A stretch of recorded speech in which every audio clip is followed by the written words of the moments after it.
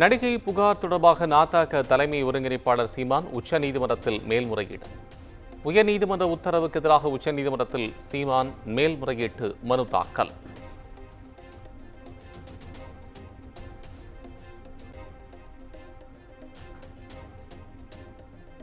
விசாரணைக்காக நேரில் சந்திக்க தான் தயாராக உள்ளதாக சீமான் மீது புகார் அளித்த நடிகை சவால். திமுக தன்னை பின்னாலிருந்து இயக்குவதாக சீமான் தெரிவித்த குற்றச்சாட்டுக்கும் மறுப்பு தெரிவித்து வீடியோ வெளியீடு. திமுக ஒன்றும் உங்களை போன வருஷம் விஜயலட்சுமிக்கு 50,000 ரூபாய் கொடுத்து இந்த மாதிரி கேவலப்புற்ற வேலைலாம் பண்ணு அப்படின்னு சொல்லலை. ஸோ ஏன் அவங்கள சும்மா வீணா வம்பு கிழக்கிறீங்க? அப்போ இன்னொரு விஷயம் சொன்னீங்களாம், அந்த பொம்பளை கொஞ்சம் நேரில் வர சொல்லுங்க, நான் உட்காந்து பேசுகிறேன் அப்படின்னு.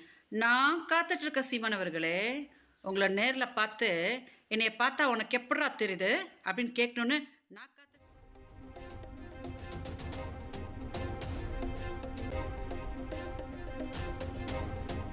நடிகை அளித்த பாலியல் புகாரில் வளசரவாக்கம் போலீசாரின் விசாரணைக்கு ஆஜராகாத சீமான். சென்னை நீலாங்கரையில் உள்ள வீட்டில் மீண்டும் அழைப்பானையை ஒட்டிய போலீசார்.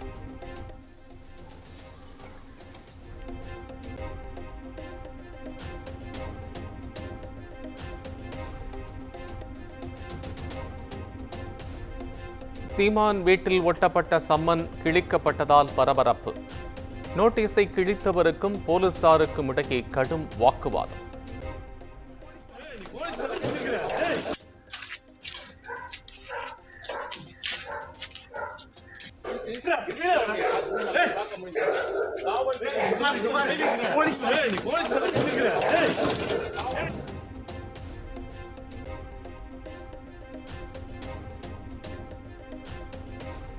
சம்மனை ஒட்டச் சென்ற காவலர்களுடன் வாக்குவாதத்தில் ஈடுபட்டதாக சீமானின் வீட்டு காவலாளி கைது.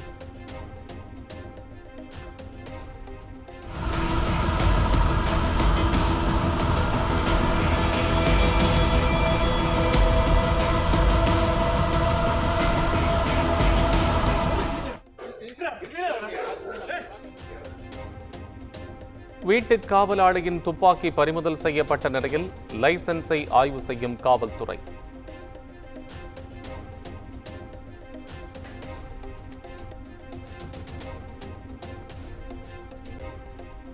சீமான் வீட்டில் போலீசாரை துப்பாக்கி காட்டி மிரட்டியதாக காவலாளி அமல்ராஜ் மீது வழக்கு பதிவு.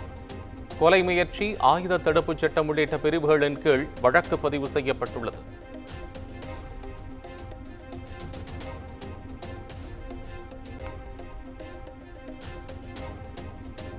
தன்னை அசிங்கப்படுத்த நினைத்து திமுக அரசு அசிங்கப்பட்டுக் கொள்வதாக சீமான் விமர்சனம். நாளை ஆஜராக முடியாது, முடிந்ததை செய்யுங்கள், சீமான் சவால்.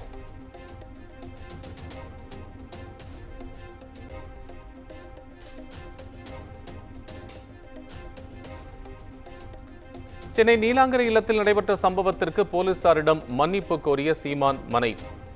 போலீசாருடன் வாக்குவாதத்தில் ஈடுபட்ட நிலையில் கயல்விழி மன்னிப்பு கோரினார்.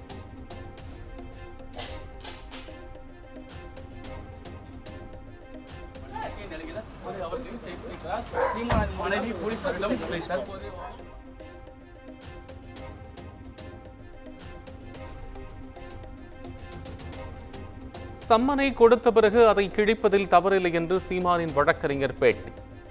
வீட்டின் பாதுகாவலர் முன்னாள் ராணுவ வீரர் என்றும் துப்பாக்கிக்கான உரிமம் உள்ளது என்றும் விளக்கம்.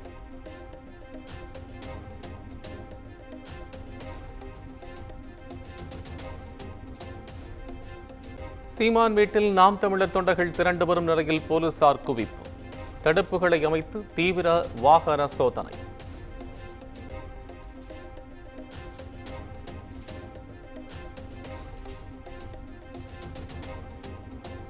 தமிழக ஆழ்கடல் பகுதிகளில் ஹைட்ரோ கார்பன் எடுப்பதற்கான ஏல அறிவிப்பை வெளியிட்டது மத்திய அரசு. கடல் வளத்திற்கும் மீனவர்களின் வாழ்வாதாரத்திற்கும் பெரும் பாதிப்பு ஏற்படுத்தும் என இயற்கை ஆர்வலர்கள் அச்சம்.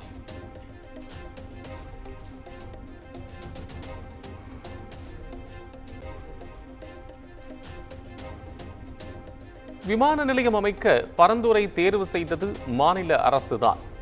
இடத்தேர்வில் மத்திய அரசுக்கு தொடர்பில்லை என்றும் மத்திய அமைச்சர் ராம் மோகன் நாயுடு விளக்கம்.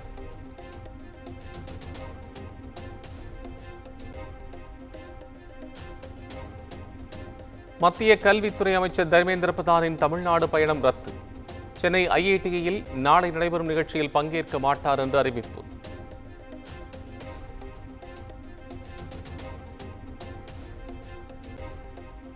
கன்னியாகுமரி, ராமநாதபுரம், தஞ்சாவூர் உள்ளிட்ட 10 மாவட்டங்களுக்கு நாளை கனமழைக்கு வாய்ப்பு.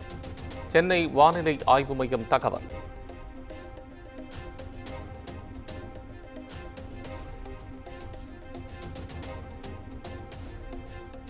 கொள்முதல் நிலையங்களில் இருக்கும் நெல் மூட்டைகளை பாதுகாப்பான இடத்தில் வைக்க வேண்டும்.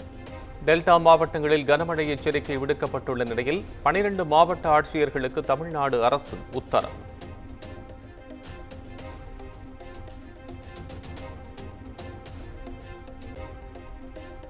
இந்தி திணிப்பு மூலம் தமிழர்களின் பண்பாட்டை பாஜக அரசு மாற்ற முயற்சிப்பதாக முதலமைச்சர் மு.க.ஸ்டாலின் குற்றச்சாட்டு. இந்தியால் தமிழ் பண்பாடு அழியலாம் என்ற பெரியாரின் கருத்துக்களை குறிப்பிட்டு எக்ஸ் தளத்தில் பதிவு.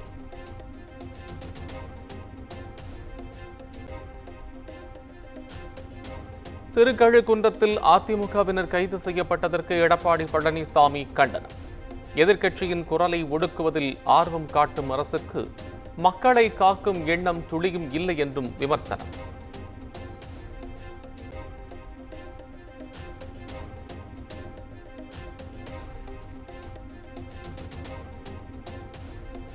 அமைச்சர் செந்தில் பாலாஜி வழக்கில் கூடுதல் குற்றப்பத்திரிகைகளை ஒரே வழக்கில் இணைத்து பிறப்பிக்கப்பட்ட உத்தரவுக்கு தடை விதிக்க முடியாது.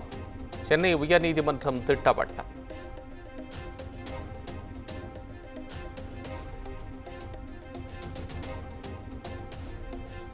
திருவள்ளூரில் நடைபெற்ற அரசு விழாவில் தமிழ்தாய் வாழ்த்து புறக்கணிப்பு. வேளாண்மை தொடர்பான கருத்து கேட்பு கூட்ட நிகழ்ச்சியில் அரங்கேறிய அவலம்.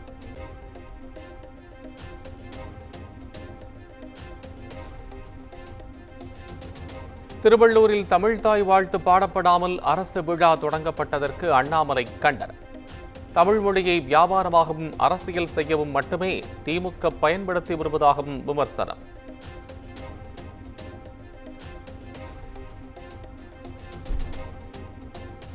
கள்ளக்குறிச்சியில் உயிரிழந்தவர்கள் குடித்த சாராயத்தில் மெத்தனால் இருந்தது உறுதி. உயிரிழந்தவரின் உடற்கூறாய்வு அறிக்கையின் மூலம் உறுதியானது.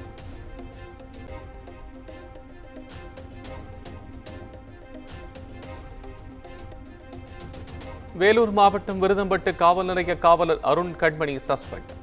மதுபோதையில் ரகளையில் ஈடுபட்ட புகாரில் மாவட்ட காவல் கண்காணிப்பாளர் நடவடிக்கை.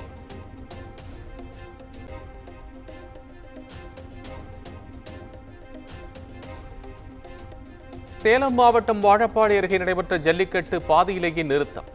காளைகளை டோக்கன் முறைப்படி வாடிவாசலில் அவிழ்த்து விடவில்லை என குற்றச்சாட்டு.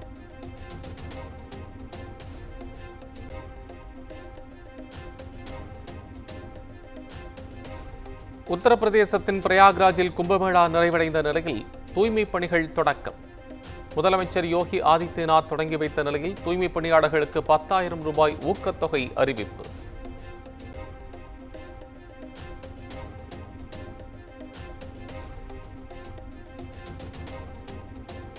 டெல்லி விமான நிலையத்தில் 27 கோடி ரூபாய் மதிப்புள்ள போதைப் பொருட்கள் பறிமுதல்.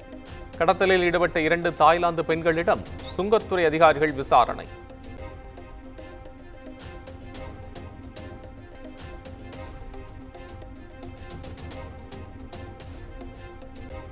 மேற்கு வங்க வாக்காளர் பட்டியலில் தேர்தல் ஆணையத்தின் உதவியுடன் வெளிமாநில வாக்காளர்களை பாஜக சேர்க்கிறது.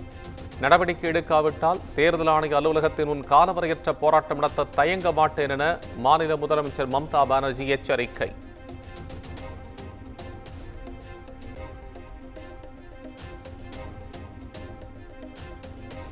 பிலிப்பைன்ஸ் நாட்டில் குடியிருப்பு கட்டடத்தில் ஏற்பட்ட பயங்கர தீ விபத்து. மீட்பு பணிகள் தீவிரப்படுத்தப்பட்டுள்ள நிலையில் இதுவரை 8 பேர் உயிரிழந்ததாக தகவல்.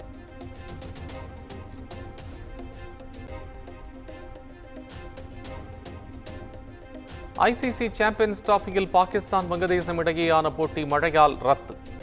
ஒரு போட்டியில் கூட வெற்றி பெற முடியாமல் தொடரிலிருந்து விடைபெற்றது நடப்பு சாம்பியனான பாகிஸ்தான்.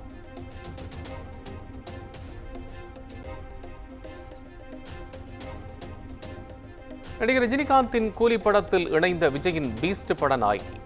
அப்டேட்டை வெளியிட்டது படக்குழு.